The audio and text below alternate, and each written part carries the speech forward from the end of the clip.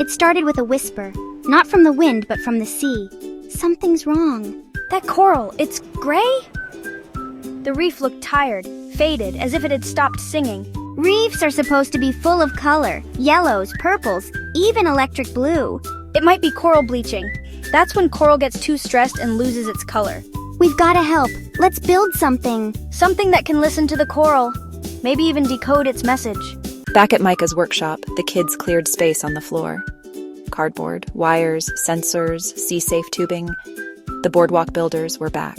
We need to make something that can go underwater and speak coral. How do we even know what coral sounds like? Let's test it. Could be music, could be stress signals. We'll call it the coral code. We can design a bot to read the reef, a coral listener. Wheels turned into flippers. The old drone shell became waterproof. Sensors became coral readers.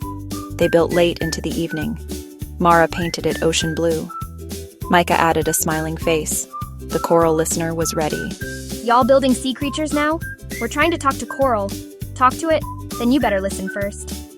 They launched the bot gently into the waves. It dove down, its antennae blinking.